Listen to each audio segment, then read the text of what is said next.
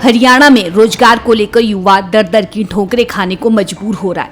Haryana common eligibility test अब इन युवाओं के लिए गले की फांस बनता नजर आ रहा है। सीईटी परीक्षा के वे परीक्षार्थी जो ग्रुप डी की वोटिंग में थे, वे अब अपनी नौकरी की मांग को लेकर जगह जगह ज्ञापन देकर अपनी नौकरी सुरक्षित कर लेना चाह रहे हैं। इसी को लेकर इन युवाओं ने बवानी खेड़ा के विधायक कपूर वाल्मीकि को ज्ञापन सौंपकर सीईटी परीक्षा में पास ग्रुप डी की वेटिंग वाले बच्चों को नौकरी दिए जाने की मांग उठाई है।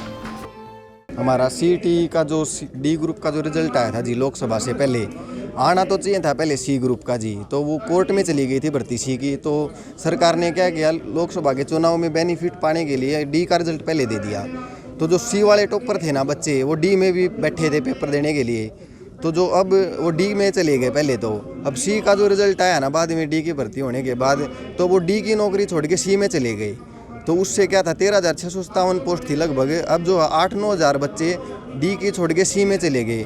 तो हम जो बच्चे हैं जो 1 नंबर से 2 नंबर से रह रहे हैं, उनको क्या मांग है कि वो डी की जो वैकेंट पोस्ट होगी ना वो भरें हमारी, हाँ, रोजगार के लिए।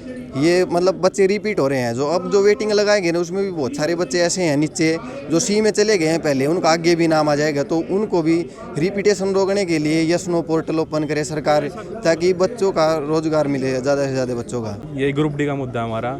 हम 1-2 नंबर से रह रहे हैं। अगर सरकार एक लिस्ट और लगा दे 8-9 हज़ार बच्चों की, तो हमारा भी नाम आ जाएगा, हम भी इसी साल नौकरी मिल जाएगी हमको। हरियाणा में रोजगार को लेकर युवा दर दर की ठोकरें खाने को मजबूर हो रहा है।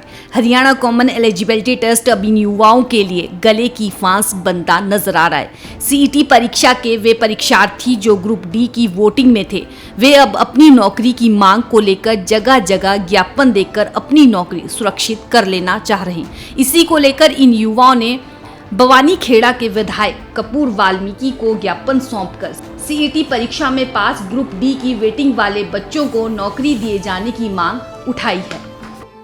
हमारा सीईटी का जो डी ग्रुप का जो रिजल्ट आया था जी, लोकसभा से पहले आना तो चाहिए था पहले सी ग्रुप का जी, तो वो कोर्ट में चली गई थी भर्ती सी की। तो सरकार ने क्या किया, लोकसभा के चुनाव में बेनिफिट पाने के लिए डी का रिजल्ट पहले दे दिया।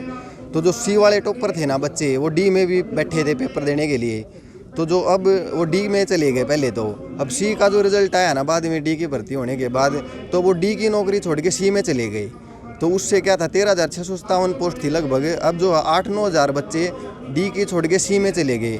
तो हम जो बच्चे हैं जो 1 नंबर से 2 नंबर से रह रहे हैं, उनको क्या मांग है कि वो डी की जो वैकेंट पोस्ट होगी ना वो भरें हमारी, हाँ, रोजगार के लिए।